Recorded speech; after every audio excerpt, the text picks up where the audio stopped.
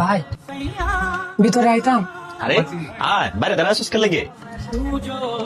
আয়, এনে বস। তারপর কি খবর তোর? এই তো ভাই আলহামদুলিল্লাহ। ভাই আসলে একটা কথা কইতে চাইছিলাম, মানে একটু জরুরি। ক কি কইবে? আর তোর বিয়ার পরে তো তুই একদম কম আইতাছস, সব ঠিক আছে তো? আসলে ভাই বিয়ের পরে আমাদের নতুন বাড়িতে টাকার জায়গা একটু কম হইতাছে। আর তুমি তো জানোই আমার বউ একটু একা থাকতে পছন্দ করে, মানে একটু প্রাইভেসি চাই। তাছাড়া বাবা মার শরীরটা বেশি একটা ভালো যাচ্ছে না, সারাক্ষণ শুধু কাশে। আমার বউ এসব সামলাতে পারতাছে না, আর এইসব নিয়ে গড়ে অশান্তি হইতাছে রোজ। তো এখন তুই কি চাইতাছস? আমি ভাবছিলাম বাবার মারে যদি তোমার কাছে নিয়ে আইতা, আমি প্রতি মাসে খরচের একটা বড় অংশ তোমার কাছে পাঠাই দেব। মানে আমার এনে থাকলে অশান্তি আরো বাড়বো, তার চেয়ে বেলা তোমার এনেই থাক। তুই শুধু তোর বউয়ের সুখের কথাটাই ভাবলি, আর বাবা মার কথা একবারও ভাবলি না?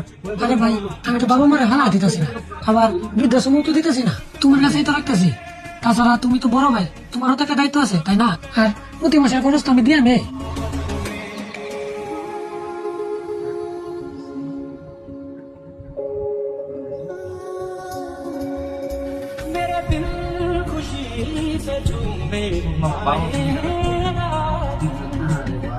দেখতো পাইলট, এই চিঠিটা চিনতে পারস কিনা?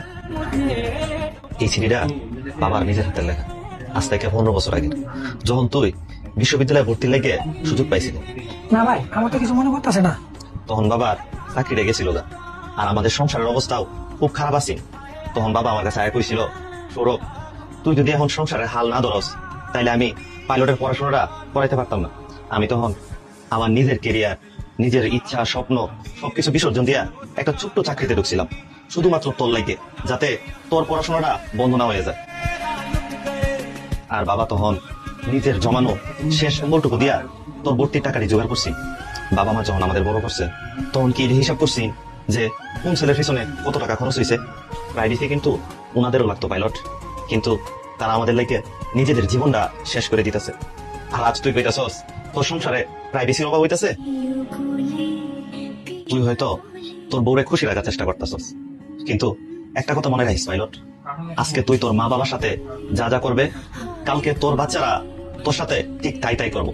কারণ সন্তানরা মুখে বলা শিক্ষা শিখে না, তারা চোখের সামনে যাই দেখে তাই শিখে। শুধুমাত্র তোর কথা চিন্তা করে আমি নতুন বাড়ি ভালায়া আমি পুরান ভাঙা বাড়িতে আছি, তাও কইতাছস তোর জায়গা হইতাছে না। ভাইয়া আসলে আমি বুঝতাম পারি না।